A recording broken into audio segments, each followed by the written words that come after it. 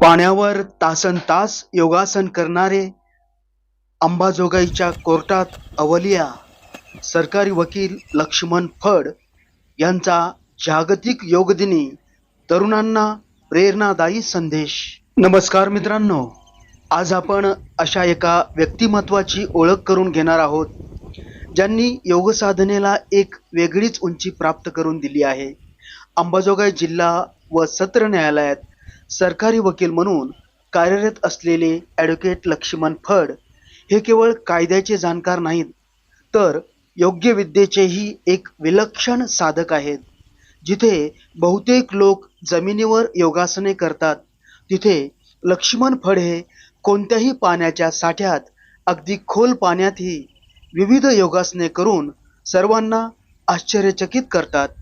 विशेष म्हणजे ते तासनतास पाण्यावर तरंगत राहून योग साधना करतात. योग म्हणजे केवळ शरीराची हालचाल नव्हे, तर मन, बुद्धी आणि आत्म्याचा समतोल साधण्याची कला आहे. हीच कला लक्ष्मण फड यांनी आपल्या आयुष्याचा अविभाज्य भाग बनवली आहे. पाण्यामध्ये योगासने करणे हे अत्यंत कठीण मानले जाते. शरीराचा तोल, श्वसनक्रिया आणि मानसिक स्थैर्य यांचा अद्भुत संगम यात आवश्यक असतो. परंतु लक्ष्मण फड यांनी या क्षेत्रात प्रभुत्व मिळवत योगासनांचे शेकडो प्रकार पाण्यामध्ये सादर केले आहेत. त्यांच्या या अनोख्या योग साधनेची चर्चा केवळ अंबाजोगाईतच नव्हे, तर संपूर्ण मराठवाड्यात होत आहे. लक्ष्मण फड यांचा तरुणाईंना संदेश. आजची तरुण पिढी मोबाईल, इंटरनेट आणि धकाधकीच्या जीवनशैलीमध्ये अडकत चालली आहे. त्यामुळे शारीरिक आणि मानसिक आरोग्यावर परिणाम होत आहे. प्रत्येक तरुणाने दररोज किमान अर्धा तास योगासाठी द्यावा. योगामुळे शरीर निरोगी राहते, मन प्रसन्न राहते आणि जीवनात सकारात्मकता निर्माण होते. व्यसनांपासून दूर राहा, नियमित व्यायाम करा, योगाला आपल्या दैनंदिन जीवनाचा भाग बनवा. निरोगी शरीरातच निरोगी मन वास करते आणि निरोगी तरुणाईच देशाचे भविष्य घडवू शकते. खरोखरच पाण्यावर योगासनांचे विविध प्रकार सादर करून योगाची अनोखी साधना करणारे ॲडव्होकेट लक्ष्मण फड हे अनेकांसाठी प्रेरणास्थान ठरत आहेत.